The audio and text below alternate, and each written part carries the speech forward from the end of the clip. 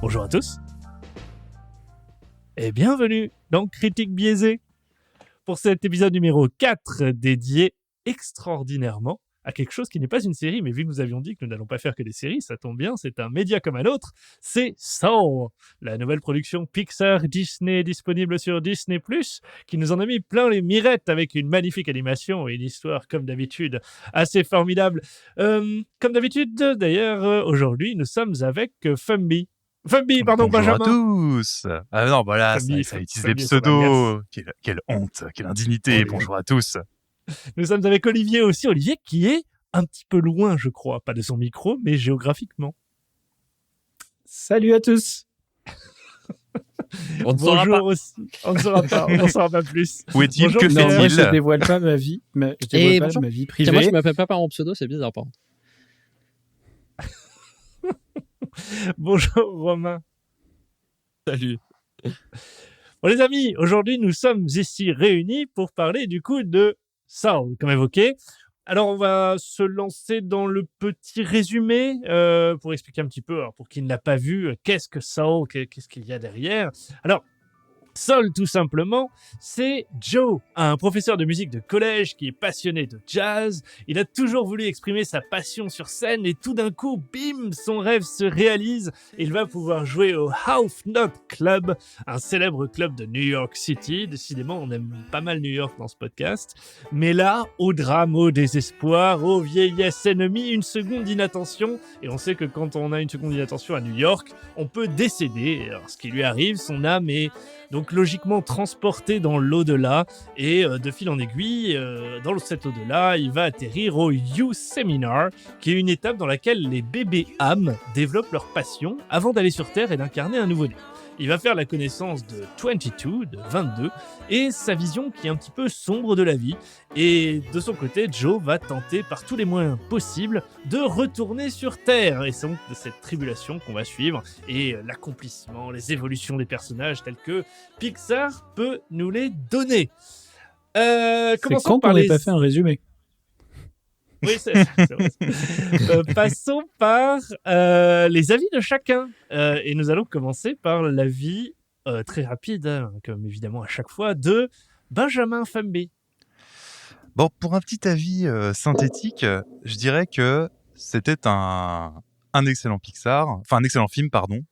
Très joli, belle musique, belle image, c'est fluide, c'est beau, c'est agréable, ça se suit bien, c'est feel good, c'est tout ce qu'on veut. Est-ce que c'en est pour autant un bon Pixar? Le débat, je pense, sera tranché un peu plus tard. Ah, la suite, le petit teaser, c'est magnifique. Pierre, toi qui as un nouveau micro et qui plus est des super ressorts sur ton bureau. Oui, bah désolé, là je sais pas comment ça se déclenche, c'est ma faute. Non, généralement c'est quand moi, ta main le touche. Mais non, mais je faisais rien. Enfin bref, de toute façon c'est pas le sujet. Non, mais ouais, moi j'ai beaucoup aimé. Alors je suis un peu, j'aime beaucoup tout ce qui est animation de toute manière, donc j'étais déjà bien partisan.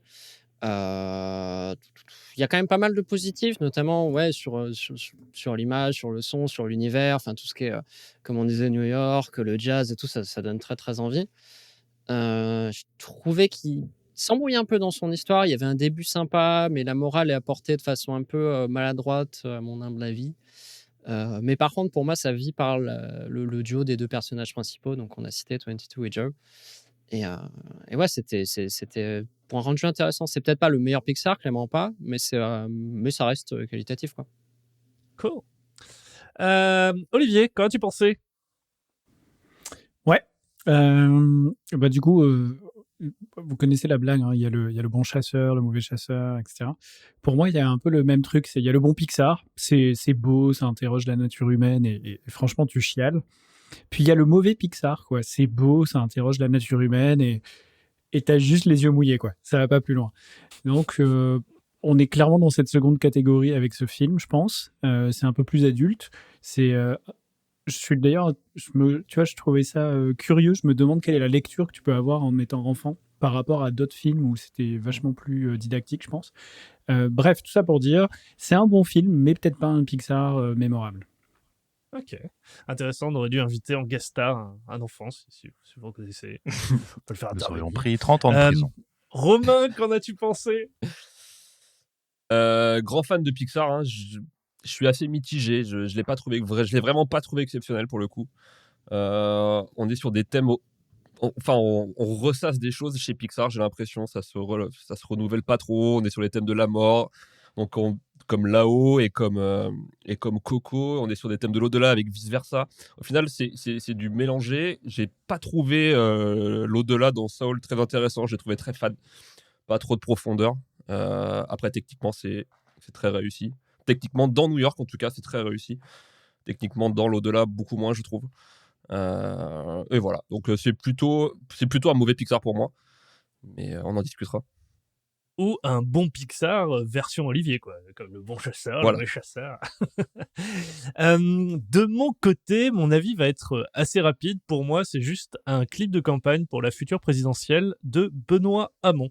Voilà, je vous expliquerai un petit peu pourquoi par la suite, mais je pense que c'est une clair. très bonne campagne de com.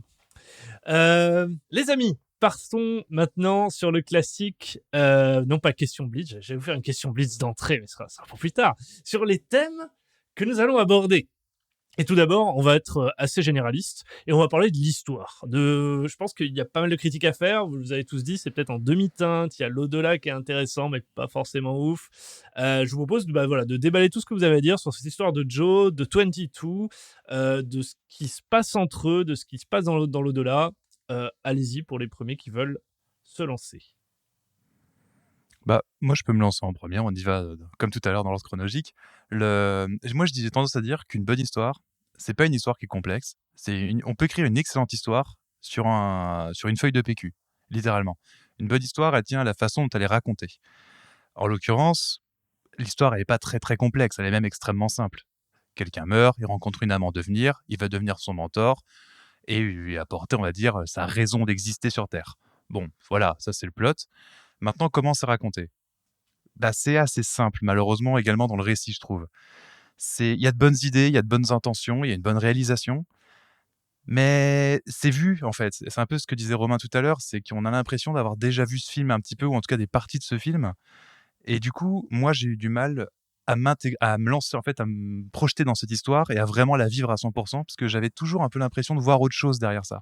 Un autre film, une autre réalisation, quelque chose d'autre. C'est un peu mon problème avec le récit qu'on m'a donné, en fait. Ok. Oui. Et là où je rejoins Benjamin, c'est que oui, c'est du revu, et en plus c'est du revu chez Pixar, quoi. Et c'est ça que je trouve dommage. Il y a littéralement Coco quand même qui traite quasiment le même sujet il y a 3 ans, donc la mort et l'au-delà, et je trouve qu'ils l'ont bien mieux géré qu'ils l'ont géré avec Soul. Donc c'est là où je trouve ça dommage, vraiment. Vas-y Olivier. Alors, je trouve qu'il y a un truc intéressant. Il y a d'un côté l'histoire et il y a la morale, quoi. Il y a quelle est la morale qu'on nous présente et de l'histoire. Donc, l'histoire, c'est un peu l'histoire des deux personnages avec un contexte, etc. Et un peu quelles sont les complications, tu vois, de quelle situation on part et quelles complications et résolutions. Moi, j'ai trouvé que c'était parfois un petit peu complexe, pour être tout à fait honnête, qu'on s'y perd un peu. Vous avez plusieurs fois dit que c'était assez simple. Tu vois, de manière très... vu d'en haut, c'est effectivement assez simple, hein. C'est ce que tu as donné, Benjamin, tout à l'heure, comme description globalement du plot. Pour autant, sur la partie, justement l'histoire, moi je trouve que on s'y perd un peu. Il y a beaucoup de complications, des trucs qui sont pas si évidents que ça au final. Et alors sur la morale, clairement, je vous rejoins sur le fait que on sent que c'est un thème qui a déjà été abordé chez Pixar. Alors c'est pas étonnant parce que le réalisateur de celui-ci, c'est Pete Docter, et Pete Docter, c'est à la fois le réalisateur de là-haut, c'est le réalisateur de Monstres et compagnie, c'est le réalisateur de Vice Versa, enfin bref, le gars est un des auteurs et réalisateurs de la plupart de ces films-là. Et en fait, on voit plutôt, enfin moi ce que j'ai trouvé intéressant, c'est et après je vais arrêter le monologue. Ce que j'ai trouvé intéressant, c'est vraiment la progression dans ce qu'il raconte. Par exemple, avec Monstres et compagnie, il questionne pas mal le côté fantastique, un petit peu ésotérique. Ensuite, avec Vice Versa, on est plutôt sur la biologie, puisqu'on te parle plutôt comment nous on fonctionne et les personnalités des gens à travers la chimie en fait. Il te parle des différents neurotransmetteurs, etc. Là où on est ici dans un truc un peu plus métaphysique, où on va chercher à raconter ce que c'est l'au-delà avec le grand après et le grand avant. Et alors, tout à l'heure, tu disais dans ton avis d'ailleurs que c'était un petit peu fade. Moi, j'ai trouvé ça vachement intéressant, à l'inverse, sur la représentation, l'originalité de la représentation de l'au-delà. On t'a pas juste vendu un paradis, d'ailleurs, on s'en approche pas. On te parle vraiment plutôt de ce qu'il y a avant, et ça, c'est assez original. Enfin, en tout cas, moi, j'avais jamais trop entendu parler de ce grand avant, etc. Et j'ai trouvé que c'était cool, quoi. Mais d'ailleurs, est-ce que c'est pas un problème d'ailleurs de caractériser ce film comme étant une représentation de l'au-delà? Certes, il meurt, mais le You Seminar, c'est finalement la préparation des âmes avant de naître. Donc au final, est-ce que c'est pas finalement un système qui est décrit, qui est pas le système de la vie après la mort, mais bien un système global de comment l'amener, comment elle se développe, comment on la développe, on étant ce qui se passe dans le You Seminar avec le système de mentor, etc. Et au final, je suis pas sûr que ce soit vraiment une critique autour de la mort comme était Coco, mais plus quelque chose de tout ce qui fait le monde qui nous entoure au final. Et c'est bien le sujet parce qu'on va parler de passion, on va parler de calling, etc. Donc en fait, pour moi, c'est un faux débat. C'est pas vraiment la mort qui est traitée là, mais son ensemble. Pierre, tu voulais dire un truc? Non, je suis tout à fait d'accord avec toi, même tout simplement parce qu'ils font en plus, je pense assez volontairement, ils ne montrent pas l'au-delà. Ils te montrent le chemin vers l'au-delà, mais ils font extrêmement attention à ne pas te le montrer. Et je pense que c'est volontaire et que ça oriente exactement sur ce que tu disais. C'est la volonté de dire que le film ne parle pas de la mort, il parle de ce qu'il y a avant la vie. Et la création de la personnalité, la poursuite de ses rêves ou pas, etc. quoi. Mais d'ailleurs, parfois assez maladroitement, notamment l'idée que ta personnalité est définie avant ta naissance, qui je trouve un peu dommage, parce que pas du tout vrai, quoi. Mais c'est justement ce qui est développé pour moi. Alors du coup, je jump un peu sur les thèmes, mais pour moi, justement, la conclusion, je vais de suite aller à la conclusion sur ce que j'ai compris finalement, c'est que au travers de 22, donc pour résumer et connecter un peu les points dans l'histoire, on va se retrouver avec 22 qui est un personnage qui justement n'arrive pas à trouver sa passion, parce que tout est sujet à passion, on parle beaucoup de passion du jazz, on essaie de donner des passions aux nouvelles âmes, etc. Et 22 n'en a pas vraiment. Dans tout ce qui lui a été proposé, elle n'arrive pas à vraiment déterminer ce pourquoi elle est censée être faite. Donc en fait, ça présente l'élément comme celui-ci, c'est-à-dire chaque âme doit avoir une passion, mais au final, 22 n'en ayant pas, et elle se rend compte qu'en vivant, elle est apte à aller sur Terre sans avoir pour autant découvert une passion nommée telle qu'elle. Et pour moi, la conclusion, enfin, ce que je comprends et ce que j'ai aimé du message de ce Pixar, c'est qu'on n'a pas besoin d'avoir un calling, on n'a pas besoin d'avoir quelque chose vraiment de physique qu'on sait. Thomas, c'est le piano, par exemple. Alors, c'est pas du tout le cas, vous inquiétez pas, hein, malheureusement. mais voilà, c'est bien en fait la notion de la vie, elle sert juste à être vécue, en fait. C'est juste vivre pleinement sa vie qui fait qu'on a une vie qui fonctionne, qui est réussie, qui coule, quel que soit ce qu'on fait, quel que soit si on a une passion ou pas, si on a plein de choses, tu vois. Et c'est là la maxime du truc. C'est pas du tout la réflexion autour de il faut absolument avoir une passion. C'est l'inverse, tu vois. Ça dépasse ce truc-là. Olivier, ils le disent à la fin. Ah, pardon. Vas-y. Ils le disent à la fin quand ils récupèrent le dernier point de son badge. Ils leur disent aux entités, au Jerry de souvenir, oui, mais je lui ai fait trouver sa flamme, c'est je sais plus quoi. Et il rigole en disant, non, mais la flamme, c'est pas une passion, un but ou quoi que ce soit, c'est quand vous êtes prêt. Il dit juste ça comme ça. Et en fait, c'est que toute la poursuite à travers une passion, avec tous ces grands mentors qui ont essayé de lui dire, Aristote, etc., Gandhi, qui ont essayé de lui mettre en place des passions, des objectifs, c'était pas ça qui lui manquait. Et en fin de compte, ouais, le but de le film n'était pas du tout de chercher la passion de 22, je pense. Tout à fait. Olivier, tu voulais rajouter quelque chose? Ouais, j'allais effectivement préciser la même chose, c'est que même dans le récit et le film, les Jerry disent c'est pas une passion, au contraire, ils parlent d'ailleurs en anglais, ça parle mieux, ils te parlent de spark, donc c'est une étincelle. C'est vraiment le truc qui vient compléter ce fameux cercle et qui fait que c'est bon, tu peux y aller. Et ce qui est intéressant là-dedans, alors on l'a un petit peu abordé rapidement, c'est que une des limites peut-être de la morale, et bon, c'était un peu ce qu'on avait prévu dans le deuxième thème, mais je pense qu'on a déjà commencé à bien en discuter. La morale, une des limites qu'on pourrait voir, c'est est-ce qu'on n'est pas en train de nous vendre un truc très déterministe? C'est-à-dire que ça y est, tu as tes 6 petits composants, je sais pas comment les appeler, et donc c'est un peu qui tu es. Et en fait, je trouve que pas tellement, et je te rejoins Thomas, hein, c'est plutôt, je pense, une réflexion intéressante sur finalement c'est quoi l'inné, c'est quoi l'acquis. Parce que finalement, quand tu nais et quand tu côtoies des bébés, là j'ai fait la rencontre de mon petit-neveu, ils ont déjà une personnalité que tu peux aller percevoir, même quand ils ont, dans son cas, 8 mois. Tu vois déjà des ingrédients de la personnalité. Et évidemment que cette personnalité, elle va évoluer dans plein de directions différentes en fonction de l'environnement, du contexte, etc. Et donc, ce que j'ai trouvé vachement intéressant et original avec ce grand avant, c'est vraiment cette idée de on t'explique un petit peu pourquoi il y a des âmes qui paraissent plus vieilles, plus sages, même très jeunes. Et pourquoi tu as une forme d'inné qui est tel ou celui-ci ou celui-là. Et donc, je trouvais que c'était une jolie explication, comme ils savent faire chez Pixar, et comme Pete Docter sait faire en réalité, parce que c'est vraiment lui qui a la manœuvre sur la plupart de ces Pixar-là. Et j'ai trouvé ça vachement intéressant pour le coup. Tout à fait. Fabi, tu voulais rajouter quelque chose? Alors, Benjamin je sens que j'ai laissé un... Vas-y Olivier, je t'en prie. Ok, désolé, je t'avais pas vu. Par contre, pour mettre un bémol à tout ce que je viens de dire, on va pas se mentir, là, vu qu'on est un petit peu en train de traiter de l'histoire, j'ai trouvé que c'était un Pixar qui était moins bien ficelé que plein d'autres. D'habitude, ce qui est vachement bien foutu chez Pixar, c'est qu'ils ont des règles de l'univers qui sont hyper claires, etc. Bon, là, j'ai passé sur le Bon Coin, j'ai pu acheter rapidement un diplôme de médecine. Et apparemment, ce qu'on nous raconte dans le film, c'est complètement pété. C'est-à-dire que si tu n'es pas mort, tu ne vas pas dans l'au-delà. Puisque là, ce qu'on voit, c'est que Joe, en fait... de manière très pratique, on pense qu'il est mort, on le voit aller vers l'au-delà, donc on se dit ça y est, il est en train de s'en aller, blablabla. Et en fait, pas du tout, il était juste dans le coma. Et là, tu fais bon, ok, déjà c'est bizarre. Puis ils reviennent sur Terre, et puis alors à plein de moments, après, une fois qu'il est sur Terre, il n'y a rien de plus simple que de revenir dans ce monde-là, quoi. C'est, tu médites, tu peux revenir, t'es en train de jouer de la musique, t'es dans le flow, tu peux revenir. Et en fait, je me suis dit, waouh, il y a plein de trucs qui sont bien moins ficelés que d'habitude, qui sont pas très cohérents. Encore une fois, maintenant j'ai un diplôme de médecine, je sais parler de ces choses-là. Honnêtement, j'ai trouvé qu'il y avait plein de plot hole, quoi, de manière générale. Ouais. Bah, Mais complètement, c'est c'est ce plein que de... je dis. Vas-y, Moi, je t'en prie, vas-y Thomas.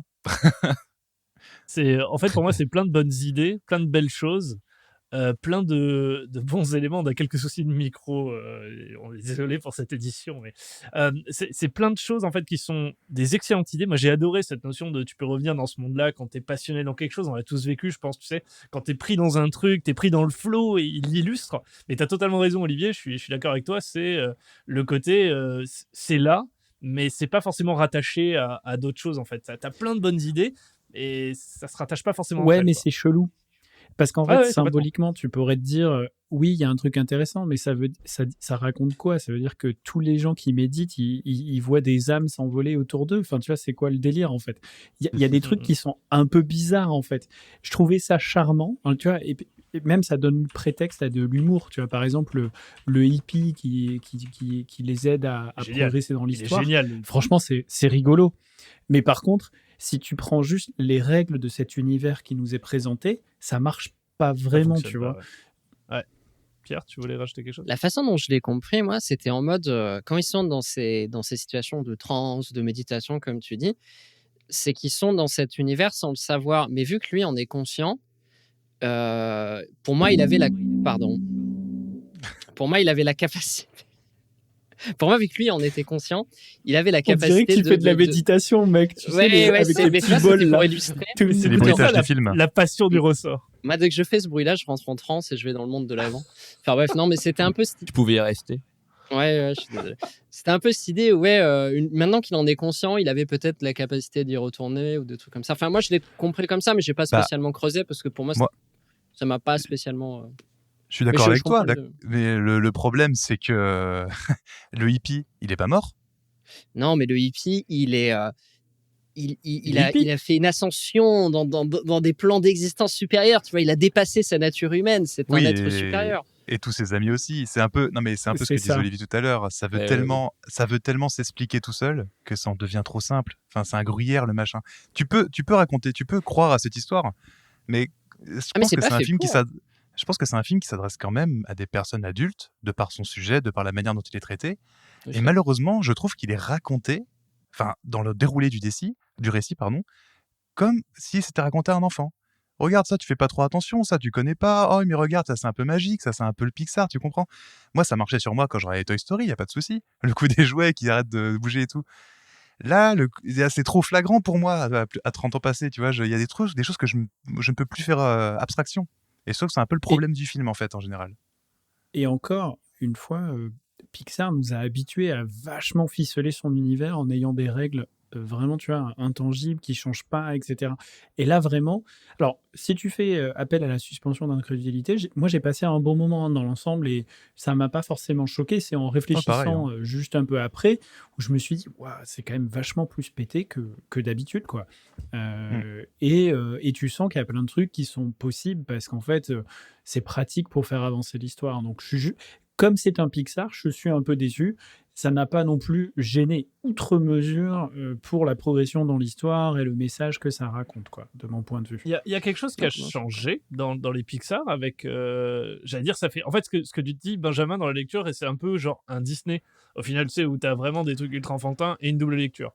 Est-ce qu'il y a un truc qui a changé dans Pixar, justement, avec cet Non. épisode où ça s'est Disneyifié ou... Je Non, sais- ça fait trop longtemps que ça appartient à Disney pour que ça ait changé maintenant. C'est pas. Oui, De toute voilà. façon, et en fait, ça fait des années qu'il y a des mecs de chez Disney qui bossent chez Pixar. Enfin, ça fait Bah des oui, années oui. que ça s'entremêle. Ok. Donc, de toute manière, en Ok, fait, il ok. n'y a pas de lien, je pense. Enfin, Il y avait quand même une patte Pixar, je trouve. Enfin, moi, en tout cas, sur les films dont je me rappelle. Mais après, c'est pareil. Est-ce que j'ai pas le biais un petit peu de souvenirs d'enfance qui va m'influencer dans mon analyse du truc? Mais quand j'ai regardé un Toy Story, par exemple, que j'aime beaucoup, j'avais quand même l'impression que tout se tenait à peu près bien, il y avait quelque chose de cohérent dans tout l'univers, même si jamais, bien sûr, c'était complètement fantasmé et qu'il y avait pas il y avait rien de crédible là-dedans. Mais là, je sais pas, j'ai l'impression que, je sais pas si ça se Disneyifie plus qu'avant, mais en tout cas, j'ai l'impression qu'on essaye plus de te faire croire à quelque, enfin, je sais pas comment dire, je sais pas comment dire. On essaye de faire croire que le plat est bon sans vraiment essayer de s'assurer qu'il l'est à 100%. Il y a un côté un peu Ok. superficiel, je trouve, qui s'est installé. Ok, Olivier. Moi, j'ai une question pour vous. En fait, pour moi, le résumé un peu de tout ça, donc l'histoire, moi, je l'ai trouvée assez cool. Il y avait parfois, c'est un peu compliqué pour pas grand-chose et ils prennent plein de libertés, comme on vient de dire. Mais par contre, j'ai vachement adoré ce que je disais tout à l'heure, la représentation du grand avant, etc. Enfin, je trouvais qu'il y avait vraiment des sujets intéressants. Et on parlera peut-être un peu plus tard de la technique Pixar, donc je parlerai un peu plus, moi, de ce que j'ai kiffé aussi dans les images et dans la technique. Mais du coup, il y a un truc qui est. Enfin, je me demande si ça vous a fait pareil. Je me suis rendu compte en réfléchissant après une semaine, puisque ça va faire à peu près une semaine que je l'ai visionné, je me suis rendu compte d'un truc, c'est que j'étais vachement plus attaché à l'univers qu'au personnage, en fait. C'est-à-dire que Joe 22, ce qui leur arrive, tu vois, en fait, ça m'a pas touché outre mesure. J'ai été beaucoup plus touché par le robot de Wall-E, quoi, où j'étais vachement plus attaché à son destin Ouais, c'est que sûr. à leur destin à eux. Par contre, j'ai vraiment, je garde un souvenir presque ému, mais vraiment sympathique et tout, de tendre sur l'univers qui nous a été montré, encore une fois, le grand avant et tous les trucs dont je parlerai un peu plus tard. Je sais pas Et si le vous jazz avez aussi, ressenti un peu le peut-être. même truc. Je suis complètement d'accord avec toi. Tu vois, ce qui reste pour moi, c'est le jazz. On n'en a pas parlé jusque-là, mais la musique est folle, je trouve. Enfin, La BO est folle. l'ambiance est géniale quand ils sont dans le club. Tu sais, même dès qu'ils commencent à jouer dans la salle de son collège, moi j'étais transporté. J'adore. Enfin, je pense qu'on aime tous la musique ici, et du coup, c'était super cool, quoi. Les quelques notes de piano, là, bam, t'es dans le truc. Et en fait, t'as totalement raison. Ce qui reste a posteriori, c'est pour moi effectivement la représentation, parce qu'on est je pense qu'on aime bien se faire des nouveaux cerveaux et tous ces trucs. On te propose une thèse avec pourquoi on existe et tout, c'est cool. Mais c'est aussi l'ambiance du truc, avec à la fois la musique qui est ultra prédominante et ultra bien réalisée, et même New York en automne, je crois, tu vois, là, en y pensant, j'ai l'image de la feuille là, qui tombe dans la main de Joe, qui est incarné par 22 quand il est de nouveau sur Terre. Bah, ça reste, tu vois. Et je suis totalement d'accord avec toi. C'est plus finalement une ambiance que vraiment un plot, et c'est peut-être ça qu'il faut garder. Moi, je me suis. Tu te souviens quand on a été dans ce club à Harlem écouter du jazz, Ouais, tous les deux? ouais, exactement. Moi, je me suis Ouais. je me suis complètement revu là-bas. Donc, j'ai trouvé ça. Effectivement, on n'a pas trop parlé de New York et de cette ambiance-là, mais c'est un des premiers Pixar qui fait autant de place à la culture noire américaine, hein. Avec l'utilisation du jazz, avec la visite dans les quartiers noirs à Harlem, le barbershop et l'ambiance qu'il y a là, la relation avec la mère et tout. Parfois peut-être un poil idéalisé. On va pas se mentir, mais c'est cool quand même qu'un Pixar se lance là-dedans parce que la représentation ça compte. Clairement le mood et l'utilisation du jazz, moi je suis complètement d'accord, j'ai kiffé. Et c'est vrai que j'en ai pas trop parlé, mais la séquence, il y a une séquence qui je trouve résume une vie humaine d'une minute, un peu vers la fin, où on a des flashbacks sur la vie de Joe qui raconte un peu ce que c'est que la ouais, qu'est-ce qui fait le miel d'une vie humaine, quoi. Et ça, franchement, moi, rien que pour cette minute-là, je suis super content d'avoir vu le film.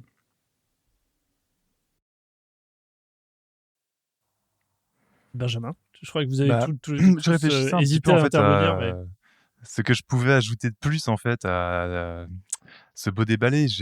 Enfin moi aussi j'ai beaucoup aimé l'imagerie en général du film, c'était superbe.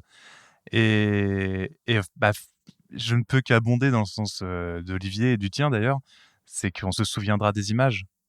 Et c'est malheureusement tout ce dont je me souviendrai. Au moment de préparer un petit peu cette émission, il m'arrivait quelque chose de terrible. Je n'arrivais pas à me rappeler du nom des personnages. Joe, j'avais oublié son prénom. Et c'est d'ailleurs le seul personnage avec 22 duquel j'aurais pu me rappeler, puisque je crois qu'on évoque une fois peut-être le nom des autres personnages qui font une apparition extrêmement brève, peut-être à part le hippie, mais même lui est très secondaire finalement. qu'on appelle d'ailleurs le hippie, quoi. On l'appelle le Christophe. hippie, voilà. Tu vois, Ce salaud de Big Nick. Pierre, Qui, Pierre du coup, rebondit, n'hésite pas. et Ouais, non, voilà, j'attends juste qu'il pense. Oui, je t'en Non, prie. mais moi, je pense qu'il y a un aspect volontaire dedans. C'est-à-dire que je suis pas aussi catégorique que vous. C'est-à-dire que les personnages m'ont intéressé, mais pas individuellement. Je pense qu'il y a une vraie volonté. Déjà, Joe, c'est littéralement le random Joe, quoi. À part sa passion pour le jazz, c'est pas un personnage ultra intéressant, ultra passionnant. Et ce qui va être intéressant, c'est justement cette mise en collaboration entre 22 qui découvre tout ce qui lui arrive, quoi. Et Joe, qui lui n'est pas spécialement intéressant, il fait contraste avec Socrate, avec Gandhi, avec tous les autres mentors qu'il a eu. C'est littéralement un mec random et qui va justement réussir tout de même à lui apporter quelque chose qu'elle n'avait pas.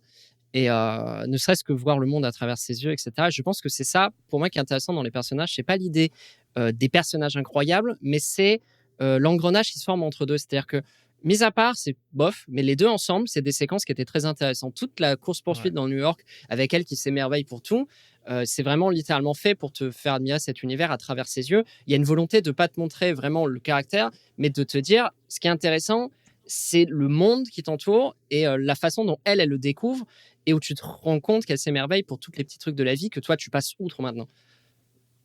Cette naïveté Non, un peu clairement, qui fait du bien, ouais. Non, Vas-y, mais je Olivier, pense pardon. effectivement que la narration est conçue pour que tu t'attaches pas tant. Donc, je pense qu'on est assez d'accord finalement sur le fait qu'on a tous été plus attachés à l'univers, à des impressions qu'aux personnages, parce que la narration est faite comme ça. Parce que en vrai, les personnages, pour le coup, moi, je les trouve pas si inintéressants que ça. Hein. 22, elle a une personnalité, un cynisme et tout qui est assez rafraîchissant et que tu attends pas venant d'une âme qui n'est pas encore née. Même le Joe, il n'est pas tellement random. Au contraire, ils lui ont donné une certaine épaisseur. Enfin, en vrai, c'est un mec assez antipathique dans le sens où il est antipathique tellement totalement. omnibulé par son truc que je pense que être un proche de ce gars-là, c'est l'horreur. Parce qu'en fait, il est malheureux tout le temps. Il pense qu'à une chose. Je pense qu'il est, c'est clairement le genre de pote qui va tout le temps oublier ton anniversaire parce qu'il avait peut-être un gig, tu vois, pour aller jouer, je sais Putain, pas où. merde, Olivier, on a totalement bon anniversaire. Oui. On était un peu S'il vous omnibulé plaît, par le merde, podcast, voilà. mais Vous avez compris mon message. Regarde-le là, Oh, comme il bon ramène. Bon anniversaire. Je suis désolé, j'y ai pas pensé, j'avais un gig là juste avant. Enfin, Et moi, j'étais avec Pierre, désolé. Mais en tout cas, ouais, Joe ce que tu dis, Goubin c'est et Joe Depen. ce que tu dis en tout cas, c'est parfaitement vrai. Ça se vérifie avec le coiffeur d'ailleurs. Hein. Quand 22 est dans le corps de Oui, Joe, tout à fait. c'est la première fois où le coiffeur parle de sa vie à Joe, puisqu'il ne lui a jamais demandé. Il s'en foutait complètement en fait. Ouais. Et d'ailleurs, pour moi, C'est ça la amène un morale du autre film. truc.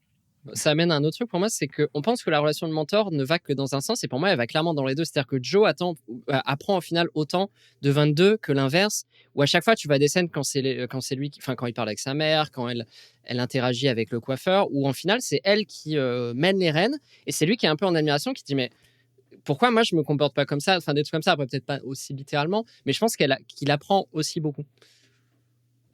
Tout à fait.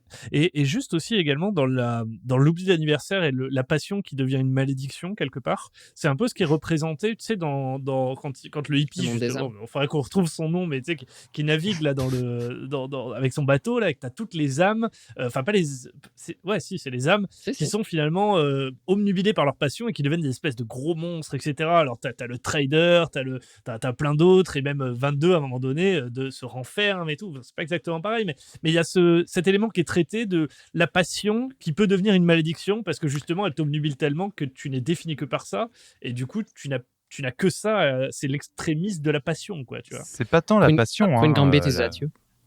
la passion, c'est pas vraiment la passion qui pervertit ces gens-là, c'est la pression sociale qu'ils subissent, c'est le stress, L'addiction, moi, Et le caractère leur- obsessionnel. Voilà, Ouais, c'est exactement. l'addiction, en fait. leur En fait, c'est obsession. les obsessionnels. Ils pourraient Oui. être obsessionnels d'ailleurs. Tu vois, le trader, il est probablement pas passionné. Il est juste obsessieux. Il est Il pourrait. obsédé de faire de l'argent. Non, mais peut-être Mm. que c'est sa passion, mais je suis pas sûr que c'est ça qu'on te montre. Et je pense pas, justement, c'est tout le temps dans l'ombre, cette histoire de la passion, mais en réalité, toute l'histoire parle de ce qui n'est pas des passions. C'est plutôt des comportements, quoi. Et en l'occurrence, je pense que c'est plutôt le comportement obsessionnel qui te conduit à être cette espèce d'âme esselée, etc., etc. C'est d'ailleurs ce qu'est Joe sur Terre, en fait, finalement. Joe Ouais. est la représentation sur Terre de ce qu'est une âme maudite, entre guillemets, dans le monde d'avant. Puisque d'ailleurs, c'est ce qu'il fait quand il fait son premier concert. Il sort de la salle et il dit « Ah, c'est tout !»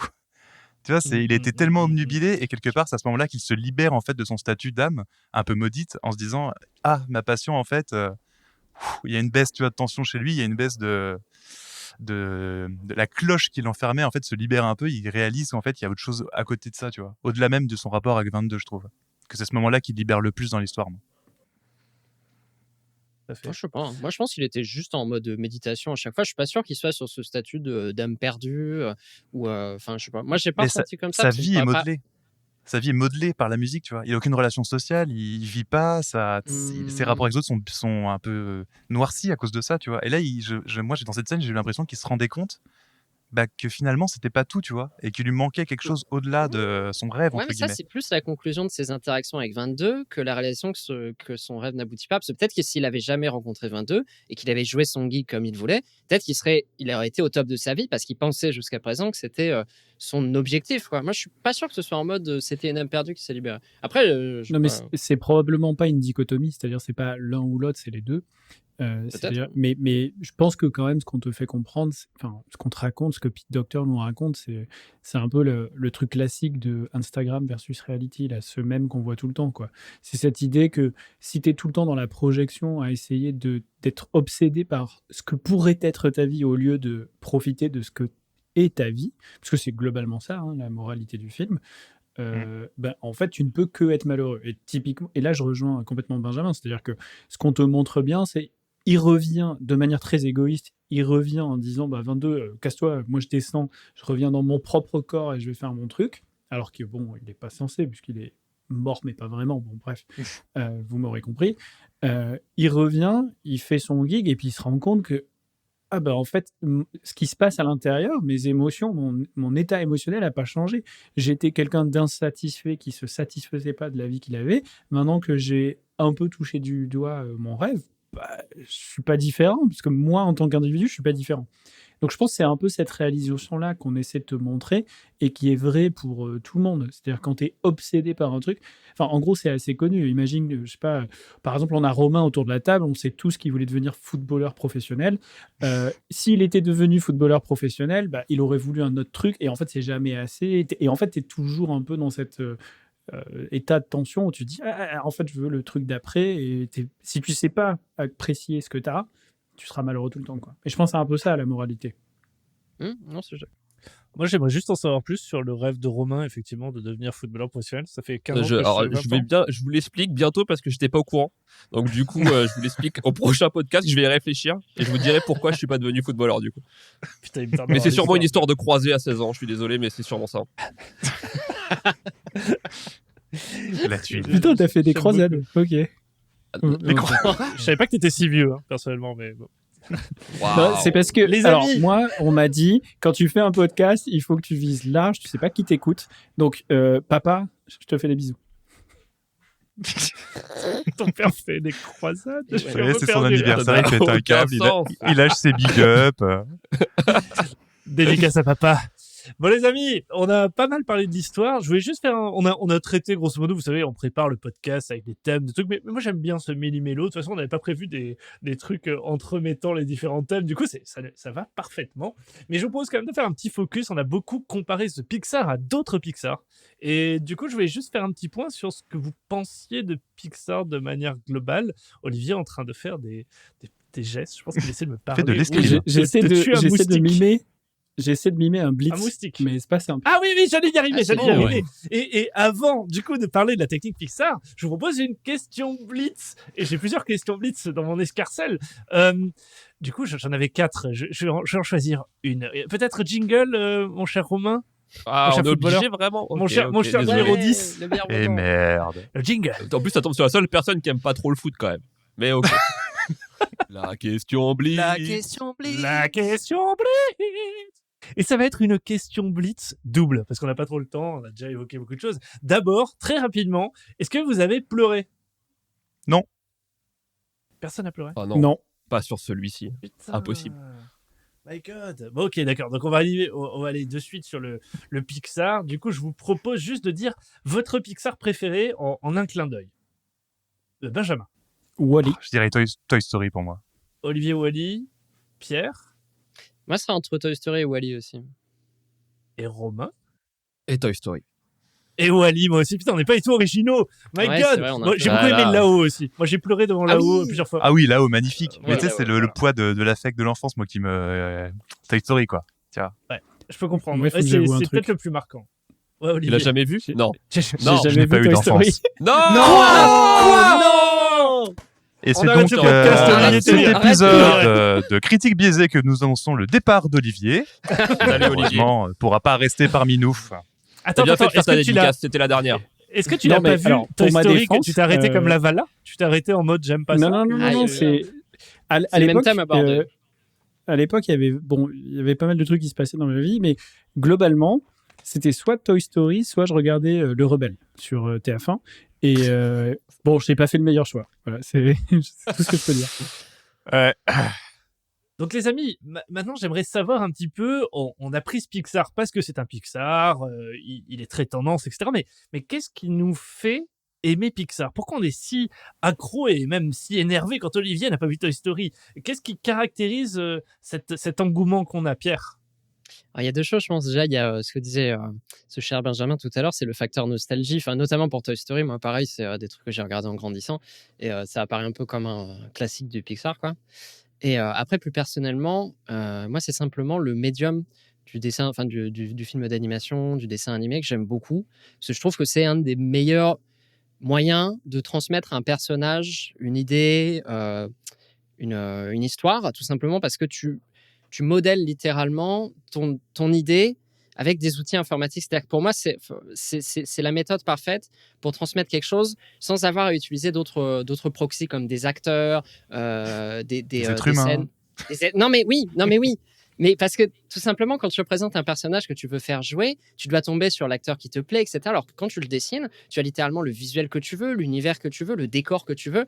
Tout ce qui te limite, au final, c'est les moyens et ton imagination. Et moi, c'est quelque chose que je trouve absolument fascinant avec tout ce qui est, oui, c'est ça, dessin d'animation. Et c'est quelque chose que j'adore regarder. Et Pixar, c'est un peu la référence là-dedans, quoi. Donc, c'est incontournable. Bah, moi, je rejoins ça. Puis j'ajouterais que pour moi, un bon Pixar, c'est avant tout un récit intelligent. En plus d'être magnifique, bien sûr, puisqu'ils ont toujours été précurseurs de manière incroyable sur l'imagerie. Enfin, quand tu vois Toy Story à l'époque où il est sorti, sauf Olivier, évidemment, cette espèce de sac à merde. Et du coup, à part lui, voilà, tout le monde a pu se décrocher la mâchoire d'émerveillement et c'était incroyable. Et c'était intelligent à un point où tu le regardes petit, tu l'apprécies, tu le comprends, t'en es fan, tu le regardes 15 ans plus tard, tu le reverras pas le même film parce que tu auras un point de vue différent et tu trouveras quand même de l'intérêt en tant qu'adulte. Ça, pour moi, un bon Pixar, c'est quelque chose que tu peux regarder dans 10 ans et l'aimer différemment, mais l'aimer tout autant. Ça me donne envie de le revoir parce que c'est vrai que je l'ai pas vu en tant qu'adulte Toy Story. Donc Olivier, quand tu rentres sur Paris, Ouais. je te propose qu'on se fasse une petite session Toy Story. Attention, Allez. Thomas risque de s'endormir. Allez, ça se tente. Je me suis endormi devant quoi déjà? Oh, ouais. Iron Sky. mais- Et ça, Ouais. ça te suivra à vie. C'est un Pixar, Iron Sky? Non. Oui. C'est... Attention à ce que tu dis. Du coup, Alors, cette ce qui est notion vachement de cool beau... aussi avec. Vas-y, Olivier. Ah, pardon, excuse-moi. Ce qui est vachement cool aussi avec Pixar, donc là, vous parlez de Toy Story. Alors, je ne l'ai pas vu, mais je peux en parler quand même. C'est ça qui est beau. C'est que c'est le premier film d'animation, quand même, si on se remet dans le contexte, d'animation faite en 3D. Il n'y a jamais eu ça avant. Donc, c'est les premières personnes qui se disent on va prendre des ordinateurs et on va faire un film juste comme ça. Donc, justement, tu précisais sans acteur. C'était du jamais vu. Et ce que je trouve très fort, moi, dans les Pixar, donc on a parlé un peu de l'imagerie, etc., c'est qu'ils ont à chaque fois repoussé les limites du visuel et de ce qu'ils sont capables de faire, notamment les cheveux, c'est toujours assez bluffant. Enfin, il y a vraiment plein de trucs comme ça qui sont la lumière. Là, par exemple, dans ce film-là, les couleurs de l'automne, la lumière et tout, franchement, tu te prends des belles claques dans la gueule. Et ce que je trouve vachement fort chez eux, c'est cette capacité à se tenir loin de l'uncanny valley. Vous savez, ce concept de quand on rend quelque chose, quand on fait du dessin, de la virtualisation, de l'animation, etc., ou même des robots d'ailleurs, si on les rend trop réalistes, il y a toujours un petit truc qui va trahir, qui fait que c'est pas des êtres humains véritables. Et donc pour nous, ça devient ultra étrange, voire creepy, quoi. Et eux, en fait, ce qu'ils arrivent à faire, parce que là, quand même, on voit un New York. Franchement, il y a des moments, c'est quasiment photoréaliste. Pour autant, les personnages sont cartoonesques, parce qu'il ne faut pas qu'ils soient trop réalistes. Et ils arrivent à faire cohabiter les deux d'une façon que je trouve toujours assez bluffante, quoi. Et je parlais tout à l'heure de à quel point moi j'avais bien aimé la représentation de l'au-delà avec le grand après et le grand avant. D'ailleurs, on voit bien, même dans le style du dessin, de l'animation, que le grand après, donc l'au-delà, c'est pas du tout le propos du film, puisque c'est la version qui est ultra abstraite. Donc on voit une espèce de plein de pointillés blancs, etc., avec l'escalier qui monte. C'est la version ultra abstraite versus d'autres moments qui sont beaucoup plus concrets. On dirait des Shadocks. Ouais, franchement, c'est exactement ça. Et c'était la première fois. Donc moi, j'ai trouvé que ce film, il avait une originalité visuelle, parce que ça fait bien longtemps qu'ils n'avaient pas innové, même dans le style. Vous voyez ce que je veux dire? Ils innovent à chaque fois en allant plus loin dans les shaders, dans la qualité d'eux, tu vois, toujours par incrément. Là, on a eu un truc, ils sont revenus même à des personnages 2D. C'est la première fois qu'ils font des personnages 2D, avec ces dessins très cubistes, etc., pour les Jerry. Ouais. Moi, j'ai trouvé ça super. Franchement, ce truc-là, j'ai adoré, quoi. Et puis, il joue avec. Ça me pensait. C'est vrai que les Jerry aussi, mais l'accountant aussi, là, le comptable là, qui, Terry. à un moment donné, part chercher les dossiers. Terry, qui part chercher les dossiers là et tout. Il joue vachement avec ce truc-là, mais t'as raison, ils amènent dans leur monde une nouveauté, et du coup, ils jouent avec ça, ils s'amusent. C'est vachement cool. C'est vrai que graphiquement, c'est. Et ils ont joué génial. avec les arêtes, les dessins. Ça m'a beaucoup rappelé cette série. Je sais pas si vous la regardiez quand vous étiez petit, où c'était un personnage qui était un peu grincheux et qui était dessiné que d'une ligne. Toutes les frames, c'était qu'une seule. Ouais, exactement, la linéa. C'était exactement ce truc-là que ça m'a rappelé, ce qui jouait énormément avec aussi des effets visuels comme ça. Et tu as raison de rappeler qu'avec le comptable, on jouait énormément dans le New York photoréaliste, il suit tous les contours des objets et tout. Enfin, honnêtement, c'est vachement intéressant, et même c'est symboliquement intéressant, parce que quand on fait des objets 3D, il y a une vue qui est une vue en arête, et donc c'est un peu ça qui apparaît finalement dans le film avec cette utilisation des objets 2D. Bref, visuellement, honnêtement, allez-y, vous ne regretterez pas, c'est une grosse claque, en tout cas pour moi, sans parler de la musique qui, comme d'hab, est top. Après, je pense qu'on est tous d'accord pour dire que techniquement, et même au niveau du son, c'est génial. En fait, mais c'est un problème parce que, à part ça, il n'y a rien. Enfin, je suis désolé, l'histoire, je le regarderai sûrement jamais. Je pense que je ne le reverrai pas, ce film. J'ai pas envie, en fait. Même dans 10 ans, je ne le reverrai pas. Je pense que c'est pas un bon Pixar. Au final, c'est une démo technique, quoi. C'est une démo technique. Ça, c'est presque une démo technique d'une heure et demie, au final. Moi, je suis un peu violent en disant ça. C'est je me suis pas ennuyé. Ça fait mal. Mais je ne le reverrai pas. Là, j'ai pas pleuré devant le Pixar, mais je pleure devant ton commentaire. Là, je me C'est sens. que les standards sont peut-être un peu trop aussi. Dans le sens non, où même pas. Parce que l'histoire, je la trouve mauvaise. Par rapport à tout ce qu'ils ont fait, à part Cars, parce que Cars, c'est une honte. Ouais, mais encore une fois, c'est une échelle de standard. Ouais. Non, mais il faut se souvenir qu'il a raté sa carrière de footballeur aussi. Donc peut-être qu'il est un peu aigri. Et voilà, c'est les tendons qui parlent. C'est les ligaments qui parlent. C'est les ligaments croisés qui parlent. Non, mais je pense. Alors, Romain, l'histoire, t'as pas embarqué. Non, j'ai pas détesté. Mais D'accord. j'ai trouvé ça, à la fin, j'étais déçu en fait. Ce que j'ai rarement été pour Pixar, à part Cars, encore une fois. Et le monde d'Arlo, ça, c'est un délire pour moi aussi. C'était Mais quoi ça c'était un truc avec des dinosaures, c'était naze. Celui-là mais, était vraiment pourri, ça je suis d'accord. Mais en Ouais, fait, c'est ce que ça. tu Mais dis, Cars, c'est que t'as été comme déçu. Cars, c'est pas très bon. Ouais, c'est ça. Oui, Non, ouais, mais je suis déçu. Et du coup, je le reverrai sûrement jamais. Enfin, j'ai pas l'envie de le Mhm. revoir en fait. Non, Mais je le mettrais pas Mais- au même plan, moi, perso. Je le mettrais pas Cars au même plan. Ouais, c'est-à-dire que c'est une Ah bah non, histoire c'est sûr. où il Cars, y a un c'est mieux. propos. Non, mais tu vois, Cars, etc., tu dis même le propos, la morale et tout. Cars, je pense que c'était la première Oui, fois où oui. ils ont fait un espèce de Disney raté. C'est-à-dire, ils ont dit, on va juste parler aux enfants. Et donc, on c'est ça. abandonne un peu la recette classique, puisque, en fait, tu vois, ta question, c'était c'est quoi un bon Pixar et tout, au-delà de la technique et de la démo technique, qui là est complètement respectée, il y a aussi ce truc de l'univers ultra bien ficelé. On en a parlé ici, il y a quand même des trous à plein d'endroits, ce qui déçoit. Et il y a le côté multiples grilles de lecture avec vraiment beaucoup de profondeur. Et celui-ci, il y a de la profondeur. Je pense juste que la narration, elle n'est pas aussi bonne qu'elle devrait, que l'univers, il y a plein de trous, et donc ça déçoit. Et comme on l'a dit, peut-être que ce qu'ils ont rendu mémorable, c'est plus ou moins les impressions et tu vois, la construction de l'univers, plus que les personnages. Donc en fait, il manque ce supplément d'âme, en fait, hein, je ne sais pas comment le dire autrement, il manque ce supplément d'âme où tu as pleuré, tu as vraiment été attaché au personnage, et là, moi, je pense que c'est essentiellement là qu'ils se sont ratés. Ça, et puis justement, je n'ai pas l'impression qu'il y a une vraie double lecture à avoir sur celui-là. Je pense que c'est littéralement uniquement destiné, presque, peut-être que je me trompe, à un public adulte. J'aimerais bien avoir les retours de personnes plus jeunes parce que je ne sais pas, j'ai du mal à voir avec mon point de vue, quelle est la morale pour un enfant ou un préadolescent ou un adolescent. J'ai du mal à me visualiser qu'est-ce que ce film t'apporte.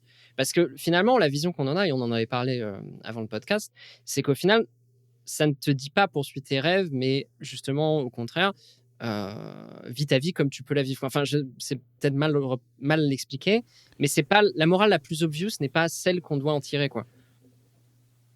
Non, mais la morale, en fait, encore une fois, tout à l'heure, je parlais de Instagram versus reality. Une autre façon de le dire, c'est pas la destination qui compte, c'est le voyage. C'est exactement fait. cette idée-là, en fait. C'est mieux que formulé. ça qui est raconté. C'est que ça qu'on te dit.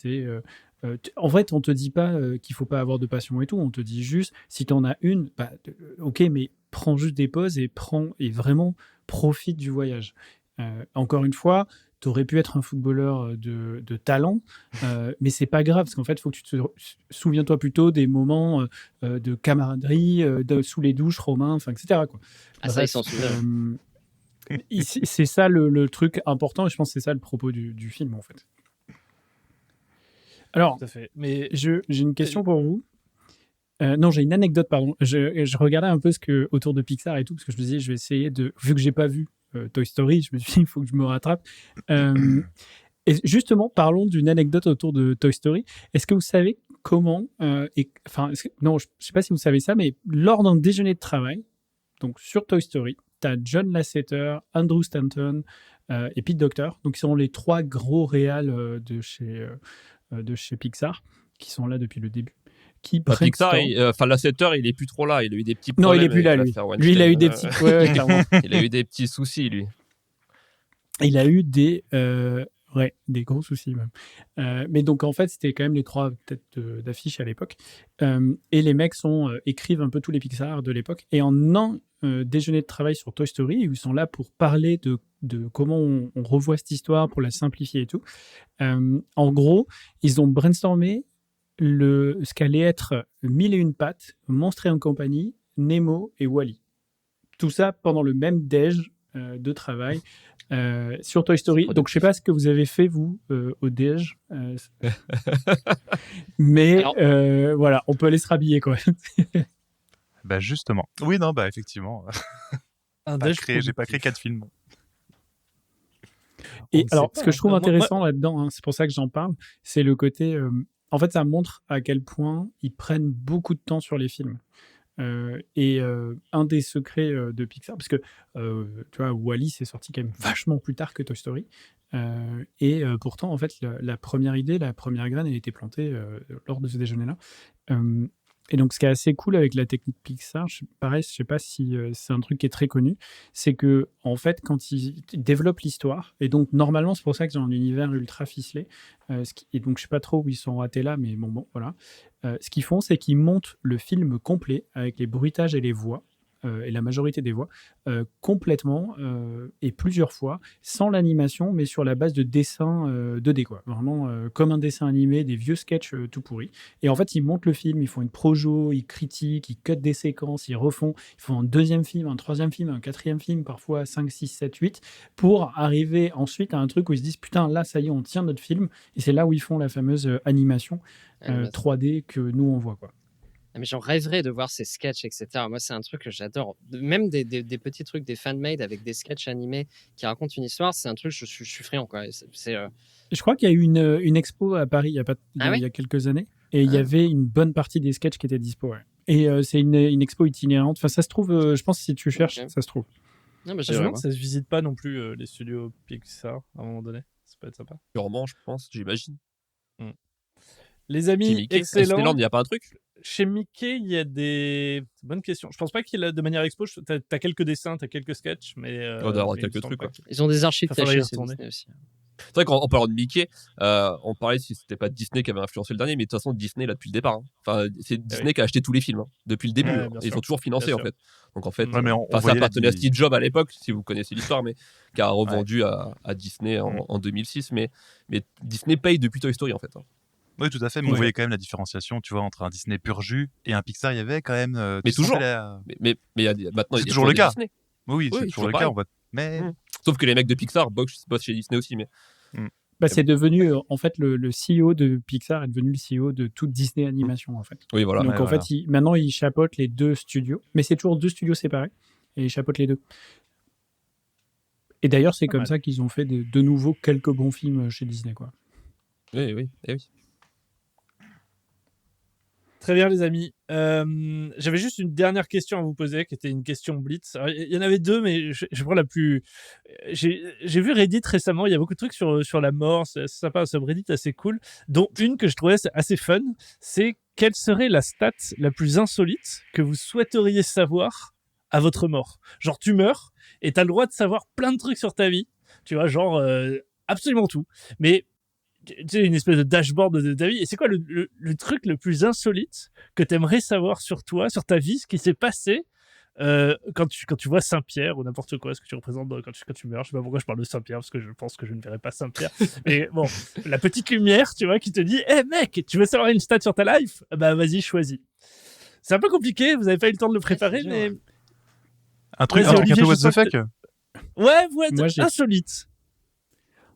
Alors, je vais détourner ta question, je vais faire le politique.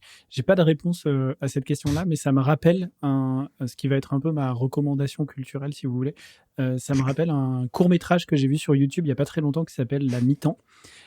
Et dont le concept est un peu le même. C'est-à-dire que tu as un gars, l'histoire, c'est tu suis un gars, et d'un coup, tout se fige autour de lui. C'est le classique, lui, il continue à bouger, mais tout le monde est figé, le temps est arrêté. Il comprend pas trop. Et là, il voit un mec qui bouge encore, il lui parle, et le gars lui dit « Ah oui, c'est normal, t'es arrivé à la moitié de ta vie. T'as un choix, je vais te donner un choix, t'as 10 minutes pour choisir. Soit tu décides de repartir à zéro, on te donne la possibilité de revenir à ta naissance, et tout ce que tu avais vécu jusqu'à présent, tu vas l'avoir internalisé sous forme d'impression, de déjà-vu, etc. Et potentiellement, si tu n'es pas très heureux de ta vie telle qu'elle est, tu peux espérer qu'elle ait une trajectoire un peu différente, puisque tu vas profiter, même si tu n'en as pas conscience, de cette première expérience, ou alors tu peux continuer ta vie.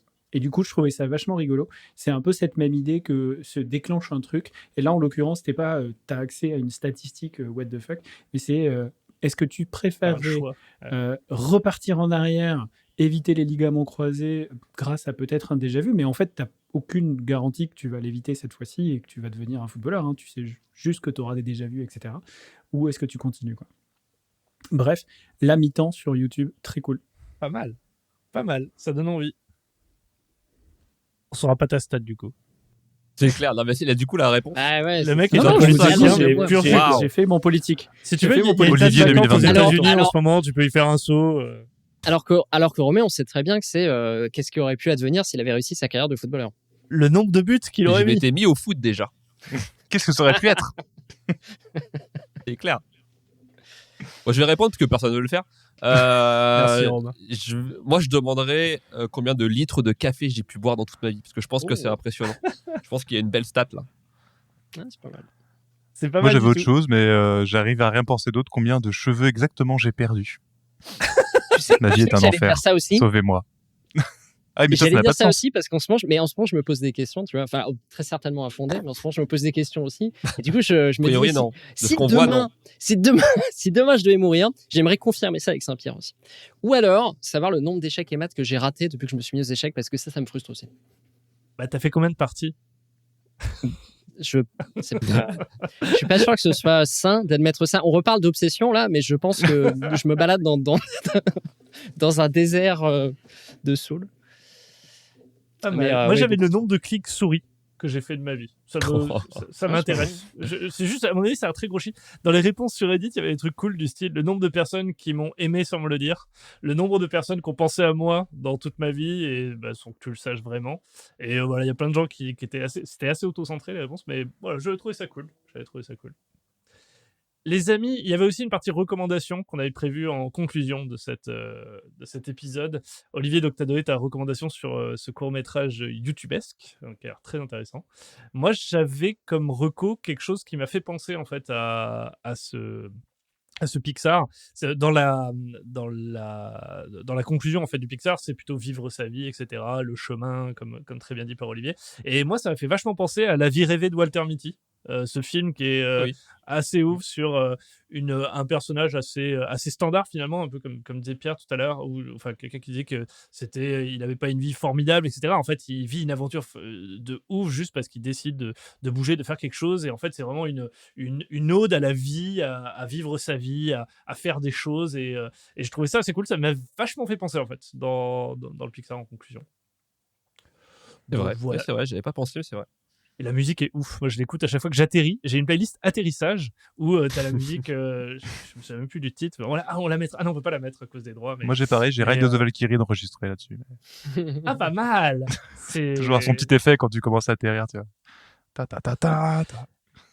C'est plus engageant. C'est autre chose, on est sur un Je suis autre plus projet. C'est-à-dire que le La pays va chantonne souffrir, pas, en s'il fait. te plaît. La chantonne pas à cause des droits, s'il te plaît. On sait jamais. Avec ma voix merveilleuse, on pourrait peut-être se faire capter par un bot. Est-ce que vous avez d'autres recommandations ou est-ce qu'on arrête là pour ce super épisode de Moi, je Saul voudrais recommander Toy Story à Olivier. Exactement ce que Et à j'allais dire. part Ouais. ça, j'ai pas d'autres idées. J'ai pas Ouais, vraiment. Ouais, ça fait sens. Ça fait sens. Si vous moi, aimez les je- Pixar, je matez des Ghibli. Ah oui. Ah oui. C'est vrai. C'est ma reco. Et sur Pixar, si vous êtes intéressé, là sur une partie des anecdotes, etc., j'ai utilisé ça. Il y a un livre qui s'appelle Creativity Inc., qui est en gros le livre de Ed Catmull, qui est le CEO fondateur de Pixar, qui raconte toute l'histoire de Pixar en gros, et surtout comment ils ont pensé l'entreprise pour favoriser la créativité. Donc on y apprend notamment le rôle de Steve Jobs et pas que, et enfin vraiment ou pourquoi par exemple les toilettes étaient toujours très éloignées des bureaux. Parce qu'ils voulaient que les gens de différents services se rencontrent. Donc il y avait genre, tu vois, un seul toilettes. truc de toilette par étage, ce qui disait comme ça, l'animateur, il va croiser le scénariste, qui va croiser le je sais pas quoi, etc., etc. Donc ça raconte plein de trucs, et c'est vachement intéressant de comprendre comment, en fait, Pixar, évidemment, s'ils arrivent à faire autant de cartons et à nous toucher autant, c'est aussi parce que les mecs, ils sont quand même super doués, ils ont tout réfléchi. Alors qu'en vérité, la vraie raison, c'est que le midi, c'était Faritas à la cantine. Mais ça, on ne le dit pas. Magnifique. Tout Quelle ça, belle rien. façon de Comme ça, finir. c'est moche. Merci. De rien, C'était Olivier. le mot de la fin. Le Non, mot mais de la c'est fin. Vous magnifique. pouvez toujours Faritas compter sur moi. Faritas à la cantine. Merci à La tous. contraste, c'était Désolé incroyable. pour les quelques glitches sonores et autres connexions que nous avons eues pour cet épisode. Et le nous gong. on s'améliore Je dirais que quand c'était même. Soul, l'épisode Cursed. Âme, maudit, non. C'est de plus en plus triste, les fins. On Mais va non. finir. Allez, salut tout le monde. Au Je crois revoir. que je À la préférais le mot de prochaine. la Allez, fin. à la Farid- prochaine. Je crois que je préférais Benjamin Faritas. ne sera plus là non plus. Eh oui, On ce se sera. Voilà, bon. Avec plus grand monde. Excellent. Allez, bisous à soirée vous tous. À très bientôt. Ciao, Au revoir. Bisous tout le monde.